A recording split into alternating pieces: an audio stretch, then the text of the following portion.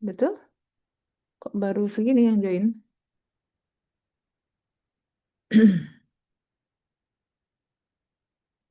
Sudah di-share ya ke semua komting ya, Mbak? Siapa? Hmm, Sudah, Dok. Mbak Kendra. Ya,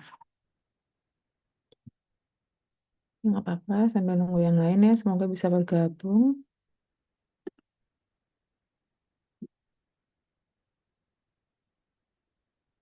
Kita bisa mulai aja ya.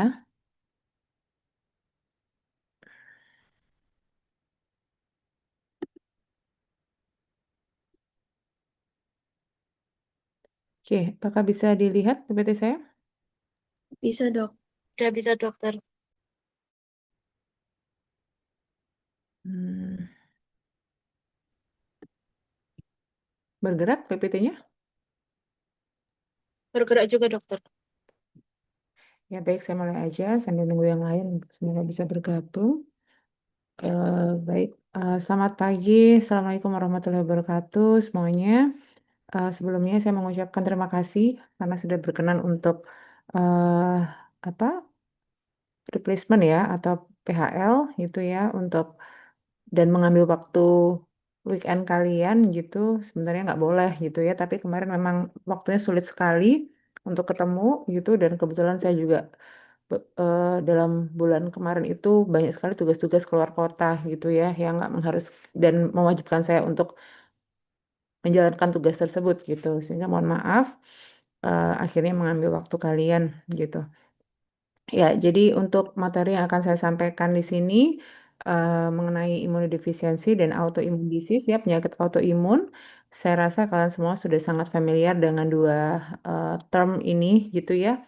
Dan kenapa di sini masih tertulis Prof. Warno karena memang PPT ini beliau yang menyiapkan gitu ya, yang membuat dan saya diminta untuk menyampaikan gitu. Jadi apa namanya saya tidak berani untuk mengganti nama beliau gitu ya.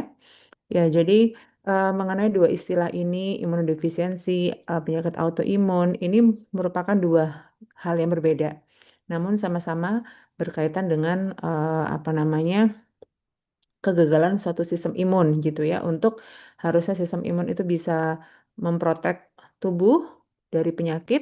Namun dua hal ini, imunodefisiensi maupun autoimun ini justru menyebabkan penyakit yang disebabkan karena kegagalan sistem imun. Gitu. Kita akan bahas apa sih imunodefisiensi, apa itu autoimun, gitu ya.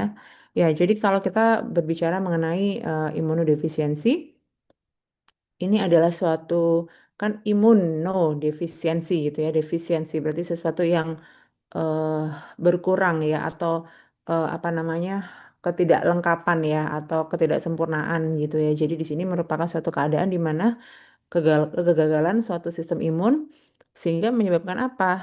Sehingga menyebabkan hewan itu menjadi rentan gitu terhadap infeksi. Jadi ini nggak hanya dialami oleh manusia saja, hewan pun juga bisa mengalami hal yang sama gitu. Dan ini bisa ditemukan pada hewan maupun manusia. Cuman mungkin kalau pada hewan sendiri, eh, ketika itu terjadi, memang belum ada spesifik atau ya spesifik untuk peneguhan diagnosa gitu ya untuk imunodefisiensi. Mungkin mungkin masih diperkirakan itu penyakit infeksi biasa, padahal itu sebenarnya ada gangguan di dalam sistem imunnya, seperti itu. Nah, kalau kita bicara mengenai imunodefisiensi, sebenarnya itu disebabkan bisa karena faktor primer atau sekunder. Nah, primer ini sifatnya turunan, adik-adik diturunkan. Jadi genetik dari parents-nya, gitu. Baik bisa dari salah satu induknya, ya dari ibunya atau ayahnya atau kedua-duanya, gitu. Atau terjadi pada saat di masa kebuntingan, ya atau sifatnya kongenital sebelum dia dilahirkan gitu ya. Nah, bisa juga disebabkan karena faktor sekunder. Nah, ini biasanya didapatkan didapat karena akibat penyakit tertentu gitu ya, atau akibat pemberian obat-obatan, atau ada juga karena apa namanya bahan-bahan kimia seperti itu. Nah, ini bisa juga menyebabkan penyakit imunodefisiensi. Memang kalau kita bicara mengenai imunodefisiensi atau autoimun itu sebenarnya adalah sangat apa ya kompleks, artinya banyak disebabkan karena berbagai macam faktor dan ini masih menjadi banyak pertanyaan sebenarnya gitu ya. Dan kalau kita bicara mengenai imunodefisiensi, ini bisa karena tipe selnya. Artinya apakah ini karena contoh limfositnya gitu ya, atau makrofagnya gitu, atau leukositnya seperti apa neutrofil contohnya seperti itu. Nah, selain tipe sel juga jumlah. Jadi jumlahnya ini bisa lebih banyak atau lebih sedikit. Tapi kebanyakan ketika kita bicara mengenai imunodefisiensi, itu karena jumlahnya menurun gitu ya, dari normal. Dan biasanya kalau sudah begitu, kaitannya sama fungsi sel. Jadi misalkan kalau makrofag itu secara normal, dia fungsinya untuk fagositosis ya, seperti neutrofil juga dia bisa mengengulf mikroorganisme sehingga terjadi proses intracellular killing. Namun dengan adanya imunodefisiensi itu, kegagalan dalam sel tersebut untuk menjalankan fungsinya sebagai sel fagosit. Nah, contohnya seperti itu. Jadi bisa tipe sel, bisa berdasarkan tipe sel, bisa jumlahnya atau bisa fungsinya, gitu ya. Nah, sebenarnya kalau kita bicara mengenai imunodefisiensi atau autoimun, adik-adik saya harap sudah paham betul mengenai imunologi secara generalnya dulu, gitu ya. Karena kalau kita bicara mengenai defisiensi sistem imun, kalau kita nggak paham mengenai secara normal, itu gimana sih ketika ada infeksi atau ketika ada eh, mikroorganisme yang masuk ke dalam tubuh, secara normal itu sel-sel apa saja yang berperan? Dari apa sistem imun yang innate immunity sampai acquired immunity-nya itu apa aja yang berperan? Yang bertindak sebagai first line defense-nya untuk ketika ada infeksi masuk itu sel apa sih yang paling berperan sebagai barrier dulu nih sebelum dia betul-betul bisa menyebar atau menyebabkan penyakit. Nah, kalau itu nggak paham, belum paham, harus dipahami dulu gitu ya sehingga ketika kita bicara mengenai yang patologisnya itu sudah lebih mudah dipahami gitu. Jadi kalau kita ngomongin hilangnya fungsi sel ya, jadi pertama, kita bisa bicara mengenai reseptor. Jadi ketika ada infeksi masuk, ya, itu sel-sel itu ada reseptornya, adik-adik. Jadi contoh nih, misalkan kalian kalian pernah dengar TCR, TCR, pernah dengar nggak waktu kuliah di sebelum-sebelumnya pertemuan berikutnya, sebelumnya? Ada yang mau jawab mungkin TCR? Nah, nggak ingat TCR. Oke, nanti dibaca lagi ya. Jadi TCR itu T cell receptor ya, reseptornya sel T gitu ya.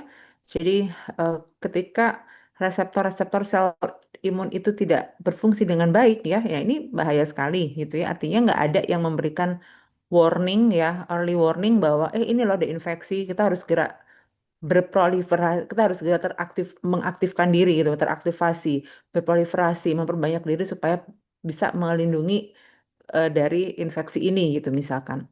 Jadi reseptor, kemudian sel signalingnya ya. Jadi sel-sel itu adik-adik diciptakan oleh Allah itu luar biasa bisa saling berkomunikasi. Jadi jadi mereka bisa saling berkomunikasi ketika ada infeksi dia akan memberikan tanda oh di sini lo ada infeksi cepat kamu ke sini deh sel-sel imunnya gitu misalnya seperti neutrofil. Neutrofil itu dia bisa bergerak ke tempat terjadinya infeksi dengan adanya sinyal-sinyal dari masing-masing sel yang berperan di situ. Nah, sel signaling. Kemudian produksi sitokin. Nah, sitokin ini juga diproduksi selain dia untuk memberikan apa ya eh, eh, mengkomunikasikan bahwa ini terjadi infeksi, dia juga untuk berperan untuk misalkan apa namanya sel-sel imun seperti sel T ya untuk bisa berproliferasi seperti itu untuk memperbanyak diri menjadi sel-sel efektor, sel-sel memori itu juga peran dari sitokin dan banyak sekali peran-peran sitokin dan kalau ini terganggu ini juga akan menyebabkan kondisi imunodefisiensi ya menyebabkan pertahanan tubuh menjadi tidak maksimal. Lalu produksi imunoglobulin. Ada yang tahu imunoglobulin itu dihasilkan oleh sel apa? Bisa jawab mungkin? Apa? Antibodi itu dihasilkan oleh sel? Sel B. Sel B, oke, sel B ya.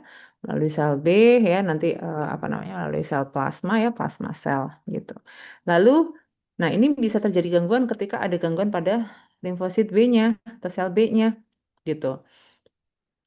Lalu ada gangguan co-stimulation. Nah, jadi ketika sel T itu teraktivasi ya, jadi dia akan, jadi ada yang namanya APC ya, sel antigen presenting cell, contohnya seperti dendritic cells, makrofag ya, ketika dia sudah melakukan apa ya, mencerna mikroorganisme atau mencerna antigen ya, kemudian dipresentasikan kepada sel T ya untuk kemudian sel T ini bisa teraktivasi. Itu selain ada presentasi antigen juga mesti ada kostimulasi gitu ya. Jadi ada kostimulasi ini adanya interaksi antara protein-protein di dalam plasma membran antara sel APC-nya dengan sel T-nya.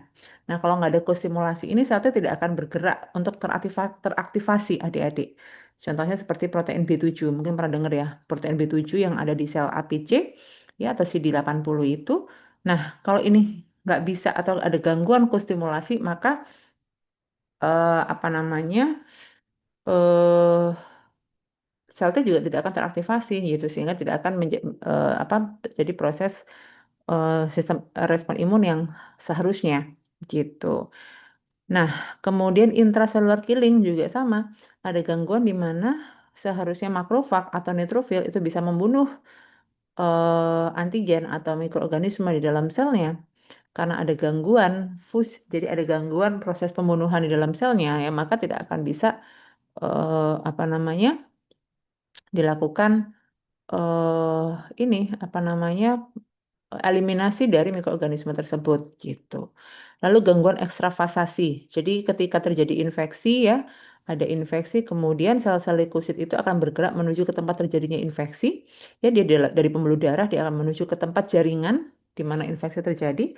Namun ketika ada gangguan misalkan ada gangguan adesi ya di mana sel-sel leukosit tidak bisa keluar dari pembuluh darah ya sehingga dia nggak akan terjadi proses penyembuhan secara maksimal gitu ya sehingga ada gangguan dari proses penyembuhan. Jadi itu contoh-contoh ya kenapa bisa terjadinya kehilangan fungsi sel ya dan menyebabkan imunodefisiensi. Oke. Nah, kita ke primer dulu ya, di mana disebabkan karena genetik biasanya ya turunan ya atau bisa karena kongenital. Nah, ini ada jadi kalau kita ngomongin masalah imunodefisiensi primer yang bersifat genetik itu akan ada dua istilah yang masih kalian tahu, ada autosomal resesif sama autosomal dominan. Nah, autosomal resesif itu biasanya bisa terjadi karena salah satu induknya ya salah satu atau dua-duanya itu dia carrier atau salah satu carrier. Nah, ini akan berbeda nanti keturunannya. Jadi kalau misalkan berasal dari kedua parents sih antara ayah atau ibunya itu sama-sama carrier, artinya ketika salah satu tuh carrier ini membawa salah satu salinan gen yang mengalami mutasi gitu ya atau yang mengalami penyakit yang membawa gen penyakitnya gitu ya dia kawin. Nah, maka di sini yang terjadi adalah pasti ada yang carrier, ada yang sakit. Jadi dia akan menjadi affected atau menjadi sakit ketika dia membawa dua salinan gen yang memang membawa atau mutasi atau gen penyakit tersebut gitu ya. Jadi biasanya 50% carrier, sisanya ada yang sakit, ada yang normal gitu. Nah, berbeda lagi ketika itu berasal dari salah satu parents gitu ya. Jadi bisa saja satu itu dia normal, satu itu carrier, lalu yang terjadi adalah turunannya itu carrier dan normal. Jadi tidak ada yang membawa sakit gitu. Tapi dia carrier. 50% carrier, 50% normal. Jadi autosomal resesif itu adalah dia menjadi sakit ketika dia membawa dua salinan gen yang mengalami mutasi. Tapi ketika dia membawa satu saja, dia tidak menjadi sakit, dia tidak muncul perubahan klinisnya, tetapi dia membawa carrier atau membawa gen tersebut gitu.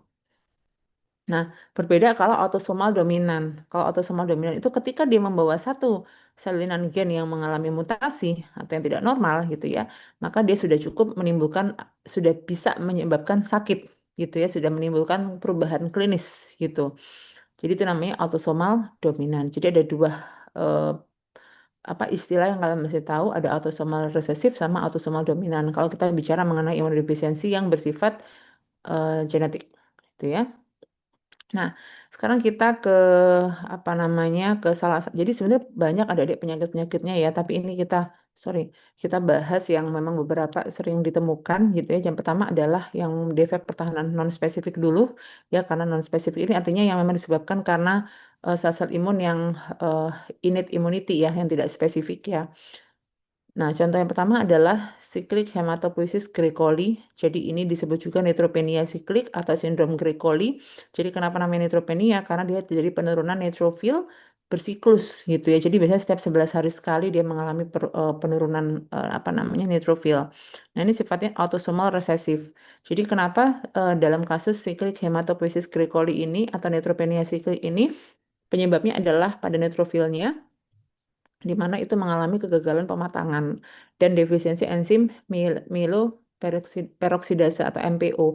Jadi MPO ini merupakan enzim yang memang sangat dibutuhkan ini oleh neutrofil ketika dia mau melakukan intracellular killing. Jadi neutrofil ini kan merupakan first line defense. Adik-adik ketika ada infeksi masuk, dia itu kan non spesifik ya, dia akan mencoba untuk melakukan apa namanya eliminasi melalui proses intracellular killing gitu. Nah, melalui apa? Salah satunya adalah melalui enzimatis, yaitu enzim myeloperoksidase. Di situ dia akan menghasilkan enzim-enzim seperti apa namanya reactive oxygen species ya untuk oxidative burst membunuh gitu ya, sehingga nanti eh, eh, patogen yang masuk, terutama bakteri ya kalau neutrofil dia akan terbunuh gitu. Namun ketika dalam kasus ini biasanya neutrofilnya itu menurun gitu jumlahnya dan enzim-enzim MPO-nya juga berkurang gitu. Nah, jadi akan nampak seperti ini ya. Jadi biasanya akan terjadi gangguan pigmentasi kulit atau bulu yang harusnya normalnya warnanya seperti ini menjadi warna grey atau abu-abu, makanya namanya grey coli gitu. Nah, biasanya kalau yang membawa atau terkena penyakit ini ya, imunodefisiensi ini dia akan berhubungan sama pigmentasi kulit yang abnormal, lalu sering terjadi luka-luka pada mata ya, dan neutropenia siklik. Jadi neutrofilnya itu akan menurun setiap 11 hari sekali. Sehingga ini akan menyebabkan semakin peka terhadap infeksi gitu ya. Dan biasanya kalau dilihat atau diukur kandungan antibodinya itu sedikit meningkat ya karena adanya rangsangan yang berulang terhadap antigen. Karena kan neutrofil itu sebagai first line defense-nya gitu ya, karena dia kehilangan fungsi sehingga biasanya terjadi peningkatan apa imunoglobulin karena ada rangsangan antigen yang berulang. Nah, yang kedua adalah sindrom sediak higasi. Jadi ini juga salah satu penyakit imunodefisiensi. Ini sering terjadi pada kucing-kucing. Jadi ada beberapa apa ras tertentu ya yang memang lebih peka gitu ya, seperti Persian ya. Kemudian sapi juga dilaporkan pada jenis sapi tertentu, lalu pernah dilaporkan pada macan putih atau ikan dan juga manusia gitu. Jadi ini sifatnya autosomal resesif ya. Nah, ini kalau misalkan salah satu yang bisa dilihat adalah biasanya terbentuk giant lysosom. Jadi dari apusan darah ya, jadi dari apusan darahnya itu pada sel leukositnya itu akan terbentuk giant lysosom. Kalau lysosom itu di sitoplasma leukosit biasanya cuma kecil, bintik-bintik kecil warna ungu gitu ya. Tapi kalau di kasus yang sediak higasi ini dia membesar, makanya namanya giant lysosom. Kemudian ketika dilihat di bawah mikroskop juga ada pembesaran granula melanin ya pada tangkai rambutnya gitu. Lalu dalam kasus sediak higasi juga dilaporkan itu adanya perubahan warna mata gitu ya, retinanya berubah warna karena adanya reduksi pigmentasi, lalu katarak, lalu juga adanya perubahan pada iris matanya gitu. Lalu juga terlihat albino ya, oculocutaneous albinism, fotofobia, kemudian juga apa itu namanya hemoragis ya, tendensi hemoragis dan warna bulunya memudar. Nah, biasanya dalam kasus zodiak higasi ini masih bisa terjadi proses fagositosis, tetapi gitu ya, tapi terjadi apa namanya eh, apa ya waktu yang lebih lama dalam proses intracellular killingnya. Jadi bisa terfagositosis, tetapi proses pembunuhan intrasellularnya itu menurun karena adanya reduksi aktivitas dari jalur eh, HMP ya. HMP itu heksosa monofosfat SAN. Apa itu hektosa monofosfat SAN? Sebenarnya HMP ini mungkin pernah dijelaskan ya di mata kuliah biokimia ya di semester awal ya. Mungkin singkat saja saya ingatkan kembali. Jadi jalur heksosa monofosfat ini merupakan jalur fagositosis ya, di mana dalam jalur ini dia akan menghasilkan apa namanya itu apa ya untuk jadi seperti untuk oxidative burst-nya ya ROS ya reactive oxygen species melalui melalui pembentukan nikotinamid adenodinucleotide fosfat gitu ya. Intinya yang akan dibutuhkan untuk proses pembunuhan intraseluler gitu. Namun dalam kasus ini dia akan terhambat reduksi gitu sehingga proses fagositosisnya juga tertunda gitu. Jadi dalam apa namanya dalam sindrom Higashi zodiak Higashi ini biasanya ketika dilihat tadi ya ada pembesaran dalam apa itu tadi namanya lysosum ya terus ketika dilihat di dalam leukosit sitoplasmanya itu biasanya ada pembesaran diameter ya dari granula-granulanya itu bisa dilihat dari lebih dari 50% PMN yang ada kalau dilihat dari apusan darah. Nah, tadi kenapa juga cenderung ke pendarahan ya atau hemoragis karena adanya penurunan fungsi daripada platelet gitu. Nah, terus juga ada sering infeksi piogenik ya, infeksi bernanah ya. Terus jadi makanya biasanya kalau ketika ada pasien ya memang terus terjadi infeksi berulang ya, misalnya sudah diobati terus kembali lagi dengan kasus yang sama gitu ya, itu bisa dicurigai ya mungkin karena faktor imunodefisiensi juga sehingga perlu ada pemeriksaan lebih lanjut gitu. Nah, jadi seperti ini ya, zodiak Higashi sindrom itu. Jadi yang tanda-tanda panah ini adik-adik ya, jadi akan terlihat di dalam sitoplasmanya itu adanya lysosum yang membesar atau giant lysosome. Seperti itu. Nah, seperti ini. Ya. Jadi ini salah satu yang bisa dilihat di hapusan darah dan ini terjadi di beberapa lebih dari 50% PMN-nya, polymerphonuklear cells-nya gitu ya, terjadi neutrophilic inclusion biasanya terus ukurannya juga bervariasi. Jadi dia membesar di dalam sitoplasma daripada em, sel-sel leukositnya. Terus kalau plateletnya biasanya terjadi penurunan juga, ya makanya terjadi hemoragis. Oke, yang ketiga adalah ada sindrom granulositopati dan ini biasanya terjadi pada anjing. Ini juga bersifat autosomal resesif gitu ya. Jadi kalau biasanya ketika terjadi sindrom ini gitu ya terjadi peningkatan leukosit gitu ya sampai lebih dari 200.000 gitu. Padahal normalnya kalau pada anjing itu sekitar 17.000 gitu ya. Jadi ini juga sama, fagositosisnya masih normal, tetapi terjadi penurunan atau reduksi proses intercellular killing.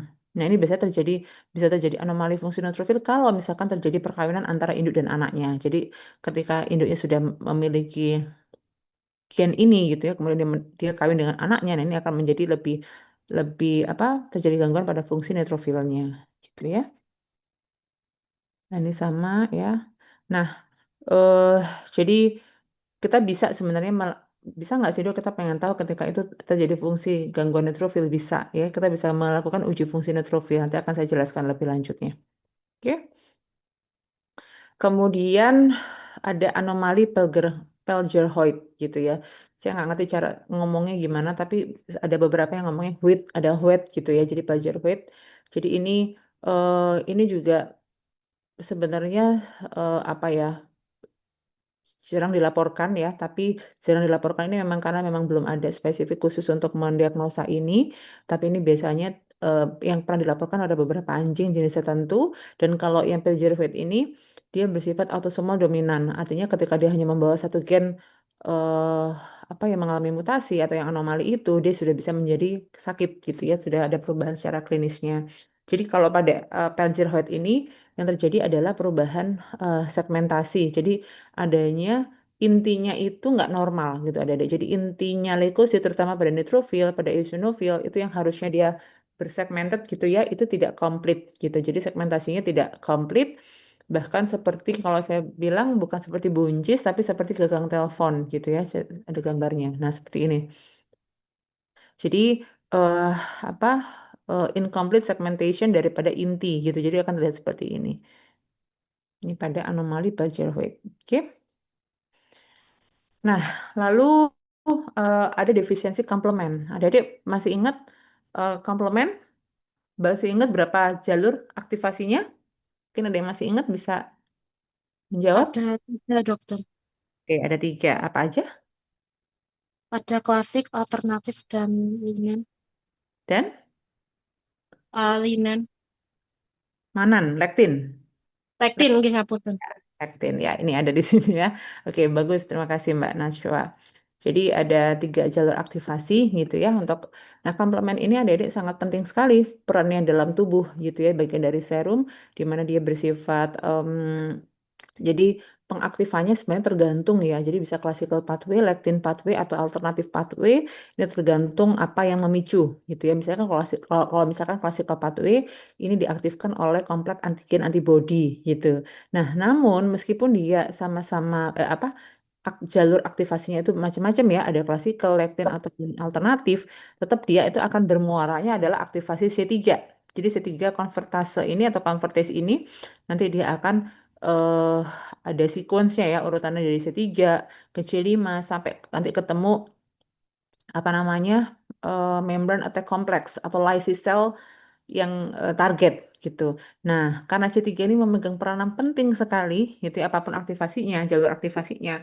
Jadi ketika itu terjadi defisiensi C komplement yang C3, wah ini bahaya sekali. Bukan bahaya, artinya beresiko sekali gitu ya ketika C komplement ini karena berperan apa? Karena dia berperan untuk eh apa namanya membantu dalam proses eliminasi mikroorganisme atau infeksi gitu. Nah, jadi karena ini autosomal resesif ya, jadi ketika dia membawa satu gen apa namanya yang mengalami eh, apa mutasi atau kelainan tersebut ya maka dia akan bersifat carrier gitu ya. Jadi secara klinis tidak berpengaruh, namun ketika dia terjadi atau membawa dua gen resesif itu ya maka dia akan menjadi berpengaruh ya akan terjadi peningkatan infeksi seperti itu ya.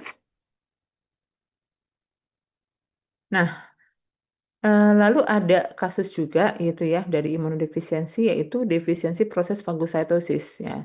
Secara normal yang kita tahu, jadi sel fagosit itu dia fungsinya adalah untuk memakan, ya kan, dimakan, dicerna, dibunuh gitu. Nah, setelah itu kalau kita bicara mengenai sel fagosit sebenarnya adik-adik dia juga berperan untuk respon imun adaptif. Jadi masih ingat ya ada innate immunity, ada adaptive immunity atau acquired immunity gitu ya. Jadi kalau kita ngomongin proses fagositosis sebenarnya pasti kita berpikirnya oh ini respon imun non spesifik karena dia bisa mengenali semua jenis antigen tanpa harus kenalan dulu gitu ya dia langsung ketika itu diketahui oh ini antigen bukan bagian dari tubuh dia akan dicerna dibunuh. Nah namun harus ingat juga sel fagosit juga ada yang berperan sebagai APC antigen presenting cell gitu ya jadi di mana ketika dia setelah melakukan pencernaan pembunuhan dia juga akan mempresentasikan gitu ya antigen tersebut dalam bentuk peptida ke dalam sel imun adaptif yaitu limfosit, yaitu limfosit T gitu. Jadi, nah apa yang terjadi ketika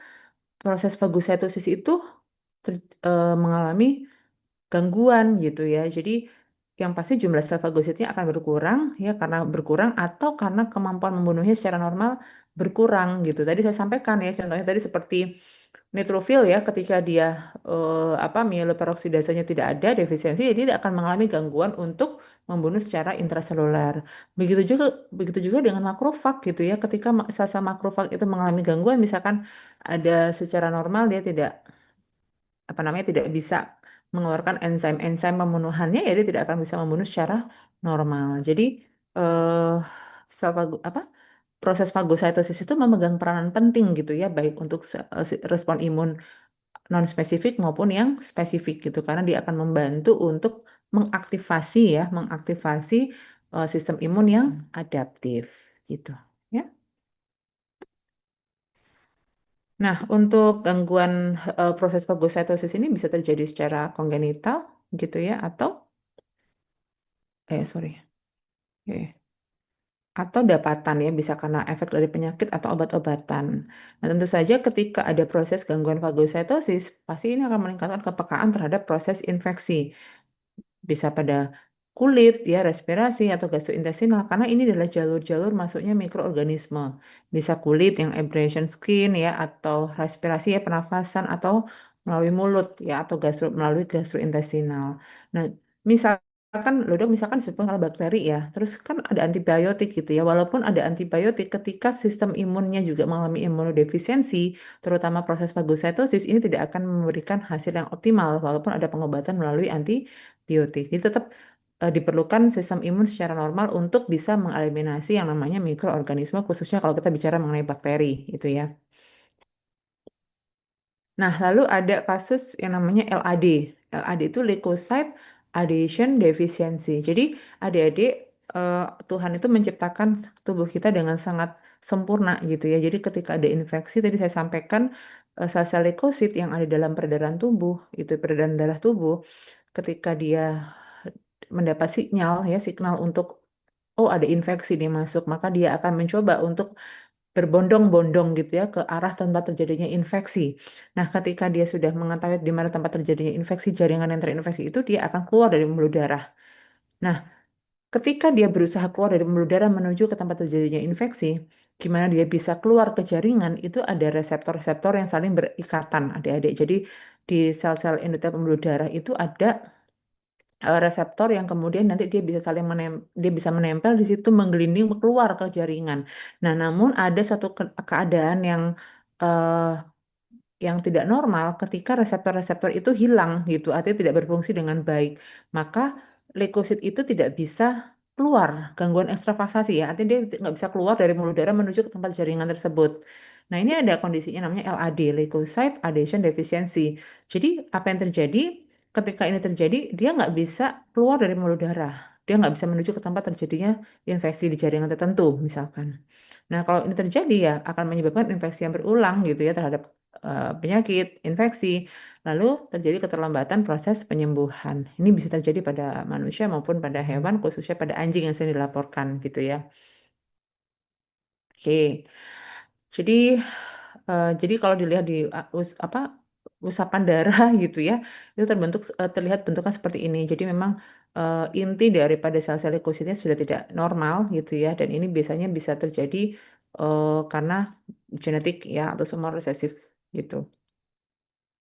Nah, kalau tadi yang non spesifik, kita sekarang ke spesifik. Kalau kita ngomongin spesifik, biasanya ini berkaitan sama sel limfosit, ya baik limfosit A maupun limfosit B gitu. Jadi imunodefisiensi ini cukup banyak ya, eh, apa namanya pembahasannya gitu. Nah, yang pertama ada combined immunodeficiency. Jadi kalau kita bicara mengenai combined immunodeficiency, berarti ini kombinasi ya, baik itu limfosit T maupun limfosit B. Jadi kalau kita ngomongin limfosit B, tadi kan berhubungan ya dengan pembentukan antibodi, imunoglobulin. Jadi biasanya kalau yang combined immunodeficiency ini eh, di sel B-nya ya di limfosit B-nya itu tidak memiliki adanya imunoglobulin permukaan. Padahal atau tidak ada reseptor komplement gitu. Padahal ini diperlukan sekali nanti ketika pembentukan antibodi. Nah, begitu juga dengan sel T, di sel T-nya atau limfosit T-nya itu tidak ada kemampuan untuk apa jadi kehilangan reseptor ya aktivitas reseptornya jadi respon terhadap PHA itu phytohemagglutinins jadi PHA itu merupakan salah satu mitogen ya mitogen itu apa itu adalah zat-zat yang memang dia bisa memicu menstimulasi proliferasi aktivasi proliferasi daripada sel T jadi ketika sel T ini dikasih PHA atau mitogen gitu ya phytohemagglutinins ini dia nggak bisa merespon adik-adik, nggak ada aktivitas. Jadi dia tidak ada aktivitas untuk teraktivasi atau membelah atau proliferasi. Sehingga dalam kasus ini baik sel T maupun sel B-nya mengalami gangguan. Nah, oke. Jadi kalau sudah seperti itu biasanya akan terjadi infeksi yang berulang gitu ya, karena memang kegagalan dalam baik itu sel T maupun sel B. Kalau tadi sel T-nya dia tidak bisa mengalami apa teraktivasi atau proliferasi, pada sel B juga sama, dia ada gangguan pada maturasi daripada apa itu namanya heavy chains-nya atau rantai rantai beratnya. Jadi ingat ya. Jadi kan kalau kalian lihat kan di apa di sel di limfo di sorry antibody ya ada heavy chain sama light chain. Ya di sini dia ada gangguan pengaturan gen rantai berat selama maturasi sel B-nya. Gitu. Jadi intinya sorry yang combine imunodefisiensi ini bisa terjadi pada dua sel ya baik itu sel T maupun sel B. Jadi proses perkembangan blastogenesisnya ya dari small cell lymphocyte ke lymphoblasnya itu tidak terjadi gitu ada gangguan gitu. Nah, kemudian ada agama globulinemia gitu. Ini terjadi pada eh nah kalau kita ngomongin agama globulinemia, berarti kita bisa lihat ini yang terganggu adalah sel T-nya apa sel B-nya? Adik-adik. Agama Sel globul B. ah? Sel B. B. B. Betul ya, sel B-nya gitu ya. Jadi kalau kasus-kasusnya agama globulinemia, ini yang terjadi adalah gangguan pada sel B-nya. Jadi dia tidak ada permukaan reseptor, tidak ada permukaan, di permukaan tidak ada marker untuk pembentukan imunoglobulin. Jadi nggak diproduksi ini antibodinya, nggak bisa memproduksi karena gangguan di permukaan sel B-nya tidak ada untuk semua marker, baik untuk semua antibodi gitu. Nah, sedangkan di kasus ini fungsi T-nya masih normal. Jadi ketika sel T itu limfosit T-nya itu diambil, dikultur lalu dicampur dengan mitogen seperti PHA gitu ya, dia masih ada respon dan teraktivasi dan mengalami proliferasi gitu. Jadi perkembangan blastogenesisnya masih ada. Bahkan ketika dilakukan intradermal test menggunakan PHA atau mitogen masih ada respon gitu ya. Nah, lalu ada selective IgM defisiensi. Ini juga pernah dilaporkan, jadi tidak ada atau tidak ada pembentukan atau gangguan pada pembentukan IgM-nya gitu.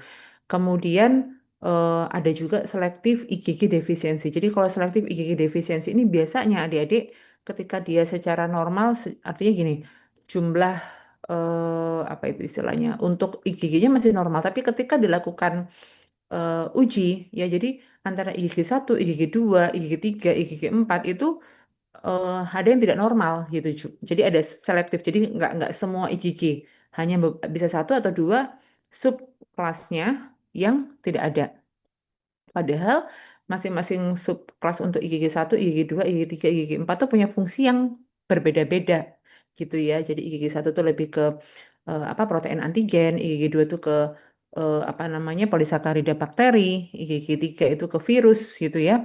IgG4 lebih ke alergi gitu. Jadi ketika ada selektif atau beberapa subtype dari IgG, subkelas IgG-nya itu tidak muncul ya, ini juga bisa mengalami gangguan dalam respon imun gitu. Oke, kemudian, nah terus kita mau, dok bisa nggak sih kita mau ngecek gitu? Bisa, adik-adik. Sebenarnya itu bisa. Cuman kan ya itu tadi, imunodefisiensi itu memang butuh uji khusus gitu ya, untuk betul-betul mengetahui yang gangguannya tuh di mana. Apakah tuh di sel imunon spesifiknya atau spesifiknya gitu. Nah, kita bisa melakukan uji sebenarnya. Nah, memang belum terlalu menjadi concern utama ya saat ini ya gitu. Jadi kalau kita mau melakukan pemeriksaan dengan suspek imunodefisiensi, misalkan untuk yang pertahanan non spesifik, misalkan dengan mau tahu fungsi neutrofilnya, itu bisa dengan berbagai macam cara sebenarnya. Jadi eh apa namanya kita bisa tahu dengan uji kemotaksis gitu. Jadi uji kemotaksis ini udah sering dilakukan untuk manusia, adik-adik. Jadi kalau pada manusia ini sering dilakukan ya. Jadi untuk melihat kemampuan sel itu bermigrasi gitu ya jadi kan tadi saya bilang bahwa ketika ada infeksi dalam tubuh host ya ada infeksi neutrofil gitu ya, contohnya nih neutrofil itu secara normal dia akan menuju ke tempat terjadinya infeksi karena adanya kemoatraktan. Jadi zat-zat kimia yang memang dikeluarkan baik dari bakteri maupun dari sel-sel yang mengalami infeksi itu untuk memberi tanda, oh di sini loh tempat terjadinya infeksi, kamu ke sini deh gitu. Sel-sel itu akan menuju ke tempat terjadinya infeksi. Nah, ketika itu terjadi secara normal, maka sel itu akan bermigrasi menuju ke tempat terjadinya infeksi. Nah, kita bisa melakukan uji kemotaksis. Ada beberapa cara sebenarnya adik-adik untuk kemotaksis. Intinya kita biasanya menggunakan dua chamber, namanya Boyden chamber, gitu ya. Satunya untuk diletakkan kemoatraktan, satunya diletakkan sel yang kita mau uji, contohnya neutrofil. Nah, di tengah-tengah chamber itu ada suatu membran. Nah, besarnya pori-porinya tergantung dari sel apa yang mau kita uji. Gitu. Misalkan neutrofil ya kita menggunakan pori-pori membran yang memang sesuai untuk neutrofil. Nanti diinkubasi selama beberapa jam, lalu nanti diukur di membran itu dilihat gitu ya. Dari absorbansnya itu berapa sel gitu ya, bisa dihitung, bisa ada menggunakan alat khusus ya, apakah memang terjadi proses migrasi. Itu namanya uji kemotaksis. Jadi kita bisa melihat apakah neutrofil itu masih memiliki fungsi normal untuk melakukan kemotaksis gitu. Lalu juga ada uji fagositosis ya, jadi kemampuan membunuh sel terhadap yeast, bakteri atau partikel-partikel lainnya yang bersifat antigen. Itu bisa juga, ini juga berbagai macam caranya. Atau fungsi enzimatik ya, dengan stain-stain tertentu ya untuk melihat adanya aktivitas enzim tertentu, contohnya myeloperoksidase yang dimiliki oleh neutrofil. Jadi banyak uji-ujinya. Nah, ini contohnya yang kemotaksis test tadi. Jadi ini menggunakan Boyden chamber gitu ya, Boyden chamber test. Jadi ada dua apa ya? Jadi ini nggak serba jelas ya. Tapi intinya adalah prinsipnya itu ini kita mau uji neutrofil ya menggunakan FMLP itu adalah kemoatraktan. Saya lupa dia singkatannya apa, yang pasti dia adalah peptidanya bakteri yang bersifat kemoatraktan. Jadi dia bisa menarik neutrofil untuk menuju ke tempat terjadinya infeksi gitu ya. Dan ini menggunakan sputum apa itu namanya chronic obstructive pulmonary disease patient ya. Jadi pasien yang memang mengalami COPD gitu ya, untuk dilihat nih apakah, karena biasanya pada kasus-kasus COPD ini neutrofilnya banyak adik-adik gitu. Jadi ini diambil dari sputumnya, diambil neutrofilnya untuk kemudian diuji dengan FMLP. FMLP tadi peptida protein yang bersifat kemoatraktan. Jadi di satu chamber diisi sama FMLP sebagai kemoatraktan, satu chamber diisi neutrofil dari sputumnya COPD. Lalu diinkubasi, dilihat gitu ya. Nah, terus dihitung nanti, dilihat apakah memang betul neutrofil ini bisa menuju ke tempat terjadinya kemoatraktan tadi. Gitu. Itu namanya uji kemotaksis ya. Nah, uji fagositosis ini banyak adik-adik ujinya ya, bisa menggunakan immunofluorescence, jadi bisa menggunakan, jadi yang menggunakan in vitro atau biasanya in vitro ya, in vitro test gitu ya, untuk melihat apakah dari kultur, misalkan kultur neutrofil dengan kultur makrofag misalkan ya, kemudian kita inokulasikan dengan contoh bakteri tertentu atau antigen tertentu, kemudian kita bisa hitung, kita lihat apakah betul terjadi proses fagositosis. Ini salah satu dulu penelitian saya waktu S2 ya, waktu S3 itu melihat kemampuan fagositosis daripada makrofag ya, jadi betul-betul terlihat apakah makrofag itu bisa melakukan proses intracellular killing. Jadi kita bisa tahu di dalam makrofag itu bakteri itu masih hidup atau mati gitu ya. Jadi kita bisa melihat kemampuan daripada sel-sel fagosit untuk membunuh mikroorganisme atau antigen tersebut gitu. Nah, lalu bisa juga dengan uji fungsi komplement. Tadi saya sampaikan bahwa komplement itu adik-adik dia di dalam serum itu fungsinya bisa untuk membantu ya meningkatkan proses fagositosis atau membunuh gitu ya, apa untuk teraktivasi kemudian bisa menyebabkan apa itu namanya MAC, membrane attack complex. Jadi di uji fungsi komplement ini sebenarnya banyak caranya. Salah satunya adalah CH50 ya. CH50 itu komplement hemolysis 50 ya. Artinya banyaknya komplement yang diperlukan untuk melisiskan 50% eritrosit dengan bantuan antibodi. Ini typo ya. Jadi di sini kita mau melihat serum tersebut ya. Jadi serum itu akan nanti direaksikan dengan eritrosit yang sudah sudah disensitisasi ya dengan antibodi gitu ya, nanti dilihat. Jadi kalau uji komplement ini biasanya menggunakan aktivasi komplement yang dalam jalur classical pathway, jalur klasik. Jadi dengan melalui kompleks antigen antibodi. Lalu dilihat apakah komplement itu masih mampu untuk melisiskan eritrosit yang diberikan gitu. Jadi melalui uji titrasi komplement gitu ya. Jadi ini mirip dengan CFT sebenarnya, uji CFT ya. Intinya kita mau melihat apakah komplement yang diuji itu untuk melisiskan 50% eritrosit yang diberikan, di mana eritrosit itu sudah dicampur atau sudah disensitisasi dengan antibodi gitu. Oke. Nah, kalau tadi non spesifik, sekarang kita ke spesifik adik-adik. Kita bisa melihat evaluasi pertahanan apa namanya spesifik ya, contohnya sel T sama sel B. Jadi eh, kita makanya kalau misalnya kalian nih, misalnya lagi nggak enak badan itu ke rumah sakit diambil darahnya ya, terus mereka mau lihat jumlah limfositnya gitu kan ya, atau jumlah apa artinya nggak hanya limfosit aja sebenarnya, tapi ada beberapa yang memang harus melihat limfositnya, mau tahu nih ada infeksi apa gitu ya, atau sel-sel darah putih yang lainnya gitu. Jadi kalau mau lihat uji fungsi sel T sama sel B, kita bisa melihat hitung total jumlah limfosit. Nah, kalau hitung total jumlah limfosit berarti ini untuk sel T maupun sel B gitu. Ini kalau misalkan kurang dari kadar normal ya berarti dia mengalami imunodefisiensi gitu. Nah, atau kita bisa uji limfosit dengan blastogenesis. Jadi kita mau melihat apakah sel T maupun sel B itu masih memiliki kemampuan untuk mengalami perkembangan, teraktivasi, mengalami proliferasi.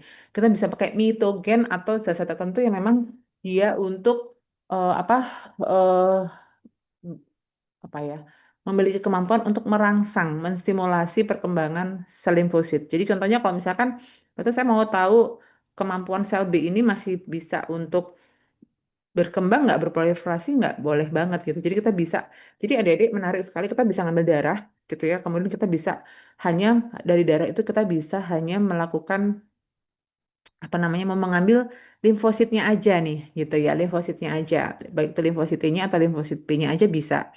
Kemudian kita ambil lalu kita kultur gitu ya, kita kultur, nanti hasil kultur itu kita bisa tambahkan mitogen. Nah, kalau kita mau melihat yang perkembangannya sel B, ya kita bisa pakai mitogen untuk sel B. Misalkan kita bisa pakai pakoid gitu. Kalau yang sel T kita bisa pakai khusus untuk sel T. Jadi mitogen untuk sel T seperti PHA, phytohemagglutinin. Atau misalkan untuk dua-duanya kita bisa pakai konkanovelin A gitu. Jadi kita bisa lihat perkembangannya, apakah dia mengalami perkembangan limfoblast membesar, berproliferasi seperti itu. Ya, kalau misalkan tidak ada perkembangan berarti ada masalah gitu ya dengan limfosit tersebut. Dia tidak bisa teraktivasi, tidak bisa berproliferasi seperti itu. Nah, ini kalau misalkan yang di apa, kita misalkan dimintain darah untuk melihat total limfosit ya. Nah, ini bisa dihitung biasanya per lapang pandang gitu ya. Tapi sekarang sudah canggih, tinggal dimasukin aja pakai alat ya. Kemudian sudah kelihatan total limfositnya berapa, total eh, apa leukositnya berapa. Leukosit pun bisa di breakdown lagi ke neutrofilnya berapa ya, monositnya berapa seperti itu. Oke. Kan kalian sudah belajar patologi klinik ya, sudah belajar. Jadi bisa membedakan ya limfosit seperti apa, yang apa namanya, termasuk sel-sel PMN seperti apa gitu ya. Nah, eh, kemudian ketika kita mau melakukan uji fungsi sel B ya, itu jadi kita bisa menggunakan darah tepi ya atau organ-organ limfoid sebenarnya.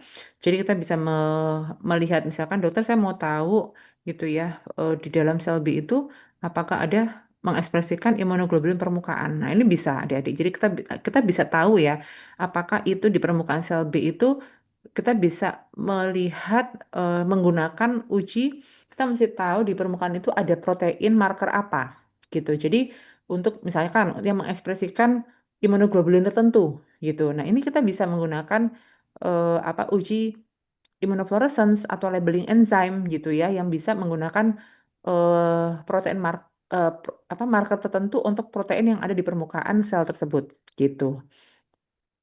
Lalu sama juga untuk komplement gitu ya, mengidentifikasi reseptor komplement. Jadi sel B itu dia memiliki reseptor baik untuk imunoglobulin maupun komplement. Jadi kita bisa menggunakan sama juga immunofluorescence atau labeling enzyme tertentu yang memang disesuaikan dengan marker atau reseptor yang ada di permukaan sel B gitu. Lalu kita juga bisa menggunakan uji Roset ya. Jadi uji Roset itu pernah dengar nggak uji Roset? Jadi kalau kenapa dikatakan uji Roset itu karena mirip kayak bunga mawar, nanti saya tunjukin gambarnya gitu ya. Jadi kalau kita bisa menggunakan uji Roset untuk eh, jadi menggunakan eritrosit ya, biasanya eritrosit domba yang paling peka gitu ya. Jadi kultur, jadi eritrosit domba yang kalau untuk sel B ya, itu dilapisi sama antibodi dan komplement gitu ya. Jadi diinkubasi dulu nih sama antibodi tertentu sama komplement tertentu, kemudian nanti dilakukan di apa? Diinokulasikan pada kultur sel B. Sehingga nanti akan terlihat kalau misalkan ternyata ada bentukan roset, maka sel B itu masih normal reseptornya. Dia masih punya reseptor untuk antibodi maupun komplement gitu, atau bisa menggunakan imunoelektroforesis ya untuk menentukan kelas dan subkelas daripada imunoglobulin gitu. Jadi banyak sekali adik-adik nanti bisa baca sendiri ya mengenai teknik-teknik khususnya, tapi yang pasti pilihan option untuk teknik-teknik identifikasi itu cukup banyak. Nah, kalau tadi sel B, sekarang kita ke sel T ya. Jadi sel T ini adik-adik. Nah, kalau sel B, karena dia itu tidak memiliki reseptor untuk eritrosit, ya makanya tadi eritrositnya harus dilapisi dulu sama antibodi maupun komplement. Kalau mau ngecek reseptornya sel B, semoga bisa dipahami. Nanti saya jelaskan melalui gambar aja. Jadi mungkin langsung aja ya. Jadi seperti ini. Contohnya, ini adalah uji roset adik-adik. Jadi uji roset. Yang merah-merah kecil-kecil ini adalah red blood cell, sel darah merah. Biasanya pakai sel darah merahnya domba, gitu ya. Nah, yang gede-gede ini sel T, adik-adik. Besar-besar ini sel T. Nah, kalian perhatikan ya. Jadi ini kenapa namanya uji roset? Ini dianggap seperti bunga mawar. Ya, sebenarnya nggak juga ya. Cuman kayak bunga gitulah ya. Jadi, eh kalau kalian perhatikan di gambar ini adalah salah satu cara, uji Roset ini adalah salah satu cara untuk melihat apakah sel T itu masih memiliki reseptor yang baik atau tidak. Nah, tadi saya sampaikan bahwa di eritrosit domba, secara normal, ya, eritrosit domba, sel T itu punya, eh, jadi jadi gini, sel T itu, sel T apapun, baik sel T sapi, manusia, gitu ya, itu secara normal, dia punya reseptor terhadap eritrosit domba. Jadi ketika sel T itu dikultur, ya, kemudian dicampur sama eritrosit domba, kalau sel T itu masih normal reseptornya, maka akan terjadi tampilan seperti ini adik-adik. Jadi eritrosit ini akan nempel, melekat gitu ya, mendekati sel T. Sehingga bentukannya seperti ini. Berarti ini kalau seperti ini bentukannya, sel T itu masih normal reseptornya. Nah, kalau sel B bisa dengan uji Roset ini bisa. Tapi karena sel B itu dia tidak punya reseptor terhadap eritrosit domba, maka eritrosit dombanya harus dikasih atau dilapisi dulu sama antibody gitu ya, sama antibody daripada domba tersebut gitu ya, eritrosit domba tersebut. Sehingga apa yang terjadi ketika eritrosit itu sudah ada dilapisi oleh antibody, kita bisa mengecek reseptornya sel B. Ketika terjadi bentukan seperti ini, berarti sel B-nya juga masih normal reseptornya gitu. Bisa dipahami ya, semoga ya. Nah, jadi bentukannya seperti ini adik-adik. Kalau normal, ya kalau yang negatif nggak ada bentukan roset. Jadi ini negatif, artinya ada gangguan dengan reseptor, baik itu sel T maupun sel B, gitu ya. Kalau ini pakai immunofluorescence nih yang B ini. Gitu ya, semoga bisa dipahami. Nah, atau kita bisa pakai antibodi monoklonal. Jadi kita masih tahu ya, misalkan kita mau, dokter saya mau tahu nih, eh, mengidentifikasi sel T, misalnya nih subsetnya T helper atau suppressor T cells atau sel T yang lain deh gitu. Kalian mesti tahu di permukaannya mereka itu ada protein apa gitu. Nah, ketika kita sudah tahu ada protein, misalkan kalau di T helper itu ada protein T4, ada Leo3. Kita bisa pakai monoklonal antibody yang memang untuk T4 dan Leo3 untuk mengenali permukaan sel T helper. Nah, ini kita bisa pakai immunofluorescence contohnya tadi yang atau labeling enzyme. Nanti bentukannya akan seperti ini. Gitu. Ya. Atau kita bisa menggunakan uji intradermal mitogen ya, menggunakan fitohemaglutinin tadi yang saya sampaikan. Ini bisa dilakukan uji intradermal, misalkan disuntikkan ya kayak uji apa itu namanya TB gitu ya. Itu kan uji TB itu yang tuberkulitis itu kan uji sel T sebenarnya gitu ya, intradermal test. Nah, seperti itu. Jadi untuk melihat apakah ada respons. Kalau ada respon berarti sel T-nya masih bagus gitu responnya karena masih ada reseptor yang bisa mengenali adanya antigen tertentu atau mitogen gitu ya. Oke.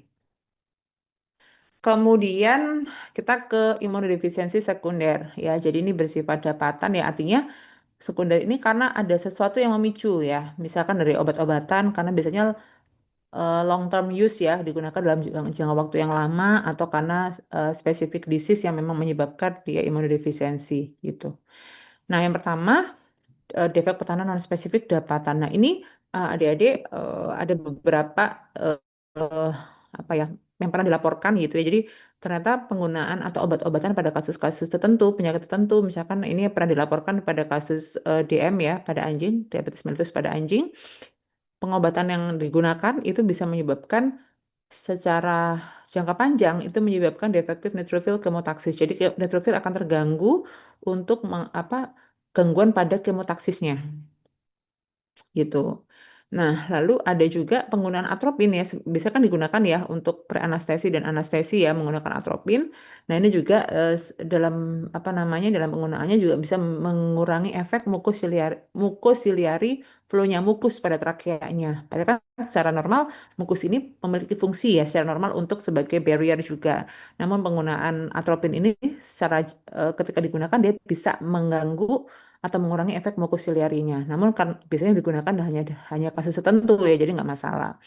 Lalu juga menggunakan beberapa apa halotan ya gas-gas tertentu juga mengurangi efek fagositosis ketika digunakan dalam long term use atau penggunaan dalam jangka waktu lama gitu. Ya. Nah, kalau ini jelas ya, karena defisiensi Ig dan komplement otomatis dia akan mengurangi efek kemotaksis dan fagositosis karena ada gangguan proses karena kan seperti yang kita ketahui bahwa imunoglobulin komplement ini juga bisa berfungsi sebagai opsonin ya, meningkatkan proses fagositosis gitu. Oke, kemudian ada defek pertahanan spesifik dapatan ya. Eh, jadi ada suatu keadaan di mana kegagalan transfer pasif kolostrum.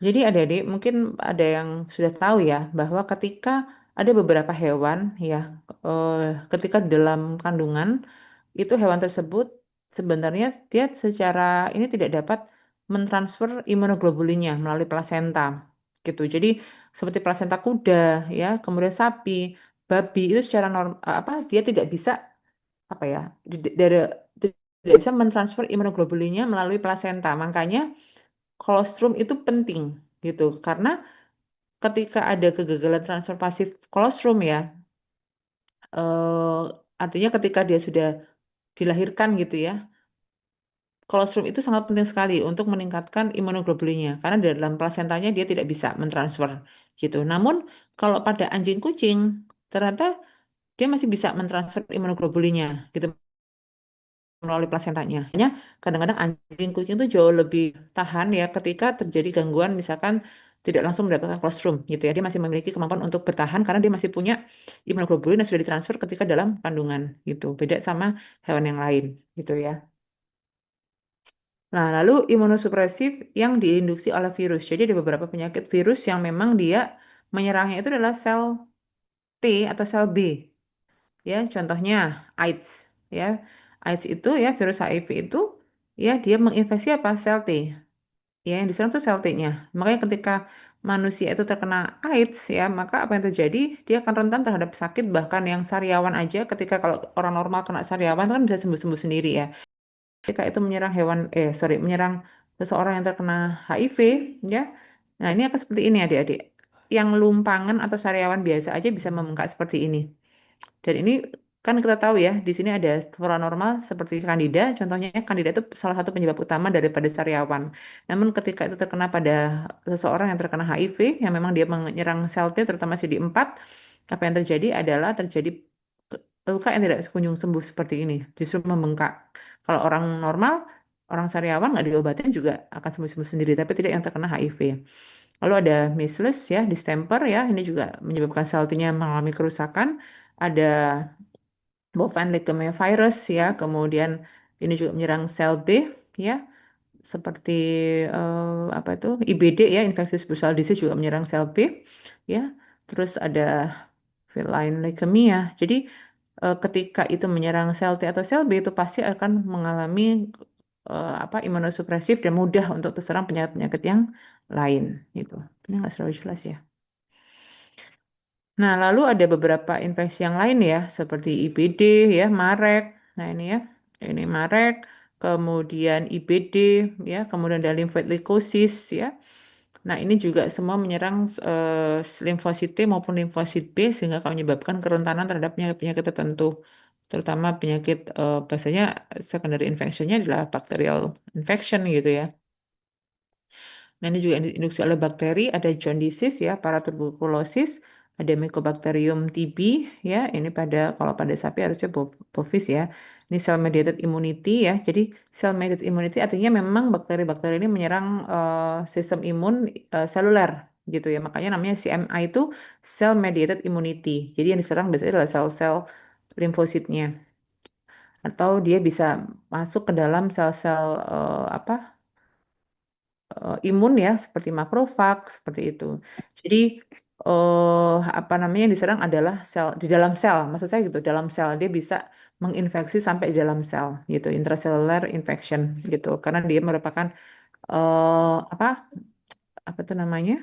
Hmm, bukan obligat intraseluler ya, fakultatif intraseluler gitu. Nah, di sini biasanya kegagalan dalam respon untuk proliferasi ya atau aktivasi, kemudian peningkatan jumlah sel T cell suppressor ya. Jadi eh jadi baik itu infeksi bakteri, virus ya itu juga bisa menyebabkan imunosupresif ya atau imunodefisiensi. Karena dia memang yang diserang adalah sel T maupun sel B-nya gitu. Nah, beberapa pernah dilaporkan juga ya diinduksi oleh toksin ataupun zat-zat mineral yang memang biasanya juga sama ya karena apa namanya berinteraksi secara intens atau dalam kurun waktu yang apa lama ya ini juga menyebabkan imunosupresif. Jadi hati-hati ketika kita sering berinteraksi dengan zat-zat kimia, mungkin jangka pendeknya nggak kelihatan ya, tapi jangka panjangnya bisa menyebabkan imunosupresif. Lalu tumor. Nah, tumor ini juga bisa adik-adik, apalagi tumor-tumor yang memang dia menyerangnya adalah berhubungan sama sistem imun ya, contohnya sel plasma ya. Kalau udah seperti ini, tumor sel plasma ini menghasilkan imunoglobulin tertentu dalam jumlah yang berlebihan ya, seperti misalkan gamupati monoklonal atau gamupati poliklonal, tergantung imunoglobulin apa yang di yang akan ditimbulkan gitu. Jadi kalau cerita dari teman-teman praktisi ya, ini kebetulan suami saya juga apa praktisi juga gitu ya, sering bercerita apa namanya saat ini sering terjadi ya, ditemukan kasus-kasus tumor pada anjing terutama ya, kucing juga, tapi lebih sering pada anjing gitu ya, di mana tumor ini bisa pada mata ya, pada saluran reproduksi, em, saluran cerna gitu ya. Nah ini kan sekarang semakin banyak gitu. Nah kita nggak tahu sebenarnya apa yang menyebabkan ya. Mungkin saja kan sekarang juga banyak sekali ya produk-produk pakan ya yang memang kita mungkin dalam jangka waktu pendek nggak kelihatan ya nutrisinya mungkin bagus tetapi mungkin ketika diberikan dalam jangka waktu yang panjang mungkin kita nggak tahu ada tambahan-tambahan zat-zat kimia apa di dalam pakan tersebut yang ini juga menjadi faktor pemicu terjadinya tumor gitu. Jadi tumor-tumor ini kan semakin banyak ditemukan pada hewan-hewan kesayangan. Nah, ini memang perlu diteliti lebih lanjut ya kira-kira faktor pemicunya dari mana. Bisa jadi dari makanan yang saat ini sudah bervariasi dan kita nggak tahu apa saja yang ditambahkan di situ gitu selain nutrisi yang diberikan. Oke. Oke, sebelum saya ke imun, mungkin dari imunodefisiensi ada yang mau ditanyakan atau sudah atau nanti saja bareng-bareng atau sudah cukup jelas?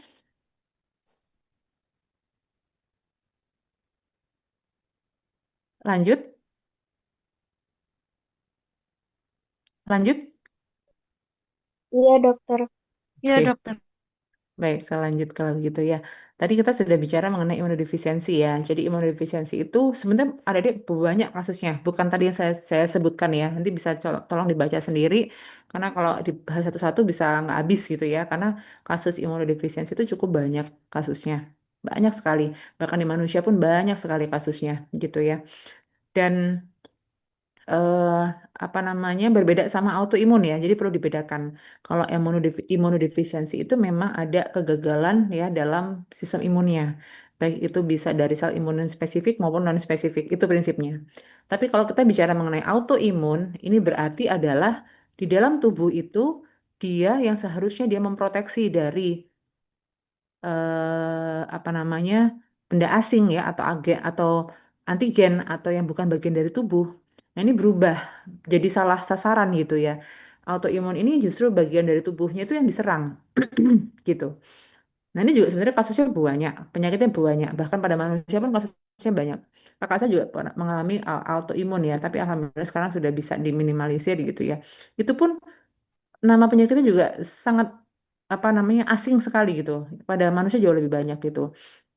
Mungkin kalau SLE atau lupus sudah sering dengar ya kan. Jadi even itu terjadi pada hewan ada nggak cuma pada manusia saja gitu. Jadi SLE ini kalau bicara mengenai lupus itu menyerang organnya juga beda-beda gitu. Bisa ke ginjal, bisa ke kulit, bisa ke paru-paru, bisa ke tulang gitu. Jadi macam-macam. Jadi bisa ke multi organ. Nah, sebenarnya SLE ini yang diserang apa gitu. Jadi SLE ini dia merupakan suatu apa ya kehilangan kontrol gitu ya khususnya di sistem sel B. Jadi dia akan membentuk antibodi gitu ya. Jadi terhadap bagian dari selnya, terutama di mana di inti selnya atau DNA-nya, di bagian DNA-nya ya, di bagian DNA-nya gitu. Jadi akan terbentuk suatu kompleks em, DNA anti DNA gitu. Jadi di sini DNA-nya dianggap sebagai antigen gitu ya. Jadi kompleks antigen antibody di mana antigennya DNA, antibodinya anti DNA gitu. Jadi itu bisa di mana aja, bisa di ginjal, bisa di tulang, bisa di apa namanya? organ-organ yang lain gitu, beda-beda gitu. Nah, ada yang namanya ANATES. ANATES itu anti nuklear antibody test gitu. Jadi itu yang ini sebagai screening tapi ya bukan sebagai diagnos apa untuk apa uji confirmation bukan. Tapi ini screening testnya bisa pakai uji ANA atau ANATES ya anti nuklear antibody test gitu. Jadi ini juga bisa terjadi pada hewan gitu. Nah, ini biasanya ketika dilakukan uji di awal ya, itu pakai usapan apa itu darah gitu ya, akan terbentuk sel LE. Jadi sel LE itu adalah apa ya, sel sel yang akan terlihat di mana massa DNA terikat sama antibodi. Nah, ikatan ini itu ditemukan di dalam neutrofilnya gitu adik-adik. Jadi itu namanya SLLE gitu. Ini bisa ditemukan di organ-organ yang bisa di ginjal, paru, jantung gitu. Jadi bentuknya ini seperti namanya sel LE. Si gambarnya mana ya? Nah, ini. Jadi LE sel LE ini seperti ini. Jadi ini itu ada. Jadi akan ditemukan bentukan sel leukosit yang membesar. Jadi ini yang kepepet ini yang mojok ini adalah inti selnya. Jadi inti selnya itu sampai mepet gitu adik-adik. Karena dia memakan ini massa homogen massa besar ini adalah ikatan antara tadi DNA dengan anti DNA. Ikatan antibodi dengan antibodi anti DNA dengan DNA yang akhirnya di engulf ya dimakan sama neutrofil sehingga inti selnya itu sampai mepet seperti ini. Jadi ini adalah sel LE gitu ya. Dan itu salah satu yang memang bisa ditemukan pada penyakit lupus gitu. Nah, penyebabnya apa sampai sekarang sebenarnya penyebabnya bisa dianggap bervariasi gitu ya. Apakah genetik, apakah karena ada infeksi, apakah ada agen-agen atau faktor lingkungan, farmakologi sampai sekarang memang ketika saya tanya kepada dokter manusia pun gitu ya, apa sebenarnya penyebabnya lupus atau autoimun itu apa? Saya memang nggak tahu penyebab pastinya karena banyak faktor, bisa genetik, bisa gangguan atau faktor lingkungan atau zat-zat farmakologik yang memang dia bisa memicu terjadinya autoimun gitu. Dan kasusnya sekarang makin banyak gitu ya. Jadi kalau kita ngomong gejala ya itu macam-macam gitu.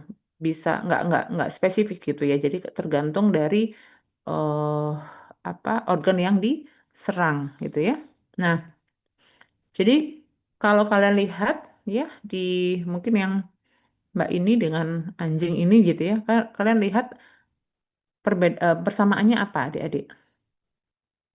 Ini salah satu tanda klinis ya yang bisa kita lihat ketika dia mengarahnya ke lupus gitu. Apa kira-kira antara ini dengan ini persamaannya apa? Perubahan warna kulit bukan dokter? Heeh. Tapi apa yang kelihatan sekali itu? Kayak bentukan kupu-kupu ya. Karena apa? Simetris kanan kiri. Ya, betul ya. Ini pun sama, kanan kiri sama. Iya. Iya. Nah, ini salah satu yang memang apa bisa dilihat ya biasanya itu apa adanya perubahan antara kanan kiri itu sama gitu. Itu salah satu yang kemudian tapi harus diuji lebih lanjut gitu ya. Ini salah satu yang bisa terlihat dari apa SLE gitu. Ya, jadi itu juga bisa terjadi pada manusia, sorry pada hewan gitu ya. Jadi akan terlihat bentukan seperti ini pada apusan darahnya. Jadi bentukan sel-sel LE cell itu ya, erythematosus. Nah, yang kedua adalah pemphigus. Ya, kalau pemphigus ini jadi ini kayak apa ya? Apa itu istilahnya? Apa ya? Eh, apa itu namanya? Duh, saya lupa bahasa Indonesianya. Kayak apa ya? Nanan gitu loh. Jadi dia menyerang kulit ya. Kulit ini kalau tadi DNA-nya ya. Kalau ini menyerang kulit. Jadi yang diserang itu adalah jadi ada ulcer ya, ada pengerasan pada kulit dari pembentukan vesikel sampai pustula gitu. Jadi yang diserang adalah eh, bagian kulit di epidermisnya. Jadi kalau sel-sel kulit itu kan ada apa namanya suatu protein yang memang dia itu eh, apa itu istilahnya yang menghubungkan antara sel kulit gitu ya. Nah, ini ada namanya desmoglin. Desmoglin ini adalah protein yang memang dia mengattachkan sebagai bridge-nya gitu ya antara sel supaya dia melekat satu sama lain antara sel-sel kulit di epidermisnya. Nah, yang terjadi adalah pemphigus ini dia menyerang desmoglin ini, protein di sel-sel kulitnya ini. Sehingga ketika itu dianggap sebagai antigen ya. Jadi antibodi ini dia akan membentuk autoantibodi yang bereaksi terhadap sel-sel dan jaringan tubuh khususnya di desmoglinnya gitu. Jadi sehingga akan menyebabkan apa? Menyebabkan kerusakan antara sel kulit gitu ya, menyebabkan akantolysis, rusak gitu. Nah, pemphigus ini macam-macam adik-adik. Jadi desmoglin itu juga ada desmoglin 1, desmoglin 3. Jadi ketergantung nanti yang diserang yang mana gitu. Jadi ada foliaceus, pemphigus ini ada foliaceus, ada vulgaris. Kalau vulgaris itu yang diserang adalah yang desmoglin 3. Jadi akan menyebabkan tanda klinis yang berbeda-beda gitu. Ya, jadi ada sebenarnya nggak ada 4 jenis aja ya, ada banyak, ada beberapa. Saya lupa ada beberapa, tapi ada folaceus, ada erythematosus, ada vulgaris ya, terus ada vegetans. Nah, yang paling serius adalah vulgaris ya, dia menyerang desmoglin yang 3 gitu ya. Ini paling paling ulcernya tuh paling dalam, paling terus dia ada lepuhan-lepuhan seperti itu. Jadi dari semua jenis pemphigus itu yang paling parah adalah yang vulgaris gitu. Tapi yang diserang ada apa? Yang diserang adalah desmoglin ya pada sel-sel kulitnya ya di bagian epidermisnya gitu. Ya, jadi penyebabnya apa ya? Nggak tahu juga sebenarnya. Maksud artinya ya dia memang ada autoantibody, tetapi sampai sekarang juga nggak tahu penyebab utama yang memicu itu apa. Bisa karena sinar dianggap beberapa referensi menyatakan itu dari sinar matahari atau genetik ya atau paparan zat-zat kimia. Jadi kalau kita ikut referensi itu banyak faktornya gitu. Oke. Jadi ya nggak kalau untuk terapinya juga nggak bisa kausatif gitu ya karena nggak tahu tapi biasanya ini hanya lebih untuk ke meminimalisir perubahan-perubahan atau apa gejala yang muncul gitu. Jadi biasanya terapinya kortikosteroidnya harus ditambahkan dengan cytotoxic agent. Jadi nggak kortikosteroid aja karena ini kalau kortikosteroid aja juga efeknya cukup berat gitu ya. Makanya biasanya untuk meminimalisir dosis ya ditambahkan dengan cytotoxic agent. Oke, jadi bentuknya seperti ini ya. Nah, ini kan kalau misalkan bisa saja kalau kita, nah biasanya ketika ini di bawah di klinik gitu ya untuk diperiksakan kan bisa banyak diagnosa banding yang kemungkinan dilakukan ya. Artinya terapinya juga berdasarkan diagnosa-diagnosa banding tersebut. Mungkin ada penyakit-penyakit kulit yang lain. Makanya biasanya kalau penyebabnya karena autoimun atau imunodefisiensi itu biasanya dia akan terjadi infeksi berulang. Jadi ketika diterapi itu akan kembali lagi dengan gejala yang sama. Nah, itu biasanya perlu dicurigai arahnya ke gangguan sistem imun. Jadi harus ada uji lebih lanjut untuk peneguhan terhadap gangguan sistem imun gitu ya. Ya, mungkin itu adik-adik yang bisa saya sampaikan untuk autoimun dan imunodefisiensi. Semoga bisa dipahami ya. Jadi memang sekali lagi saya ingatkan belajarnya harus dari yang normal dulu ya secara normal sistem imun itu seperti apa baik itu sistem imun spesifik maupun non spesifik sel-sel apa yang berperan bagaimana prosesnya bagaimana bisa sampai agen infeksi itu apa namanya dieliminasi oleh tubuh gitu ya. Nah, kalau udah belajar atau mengerti secara normalnya akan memudahkan kita ketika kita mau belajar yang tidak normalnya seperti apa gitu ya. Oke, mungkin dari sini ada yang mau ditanyakan adik-adik? Udah? Ya, jadi nggak ada yang tanya kan? Kalau nggak ditanyakan, semoga sudah cukup jelas ya. Saya mau, oh ya, kelas A ada nggak ininya? Eh, komtingnya. Kelas Iya, A? dokter saya. Iya, saya nggak bisa ngeset presensi ya, karena kok udah 16 kali pertemuan gitu. Karena presensi itu maksimal 16 pertemuan. Jadi saya nggak bisa ngeset. Oh iya, dokter. Mungkin nanti saya tanyakan ke SBAK. Yang lainnya sih masih aman ya. Cuman yang kelas A saya nggak bisa. Gitu. Sebentar. Saya mungkin mau share screen untuk kelas B berarti ya, kelas B dulu ya. Untuk bisa apa? Oke.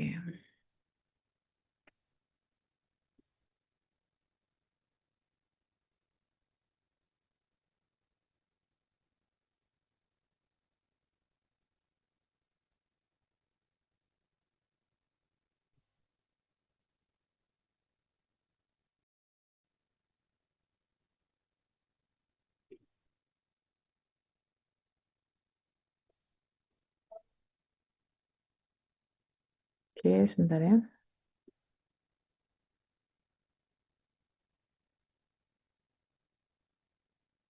Kelas B, kelas B itu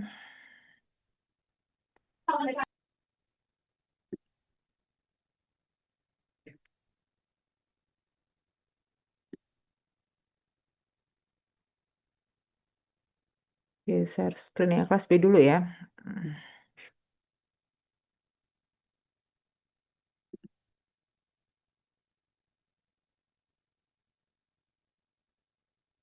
Bisa dilihat nggak? Kepotong ya? Oke, bisa dilihat kelas B?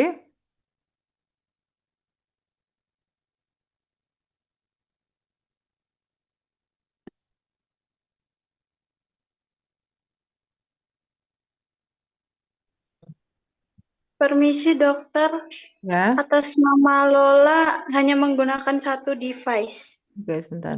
Malah. Oke, Terima kasih dok. sama. Permisi dokter, atas nama Delia juga hanya menggunakan satu device. Adelia, Iya, terima Adelia kasih.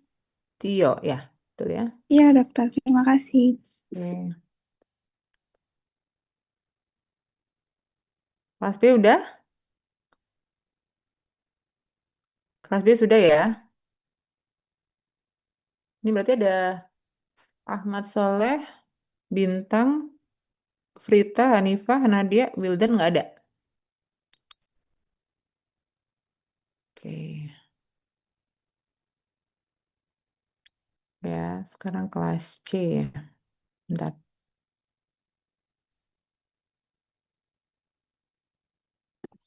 Oke, kelas C sebentar. Permisi dokter, Hmm, saya Vita dari kelas B, tidak bisa absen karena menggunakan satu device.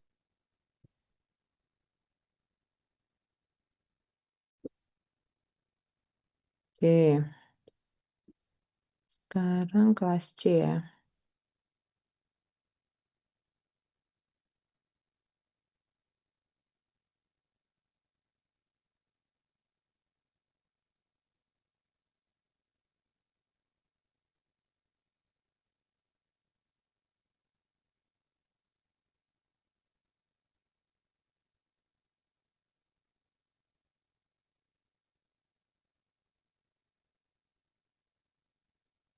Oke, kelas C.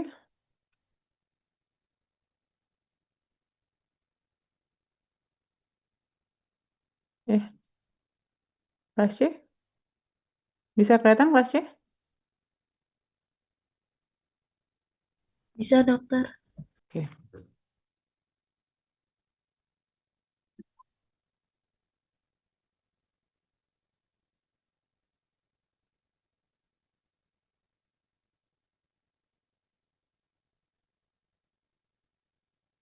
Dokter, atas nama Ria Syamardatila minta tolong diabsenkan karena menggunakan satu device. Oke, sudah. Permisi dokter, atas nama Wildan Abdil. Oke. Terima kasih dok. 5 orang nggak ada ya?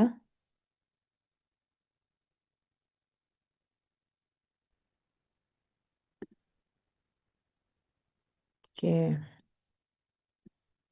Cek, saya stop share dulu.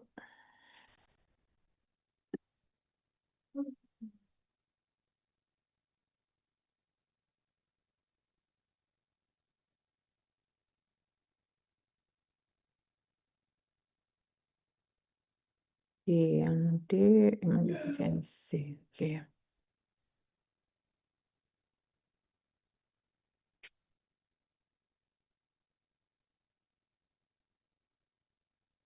Oke, kelas D. Oke.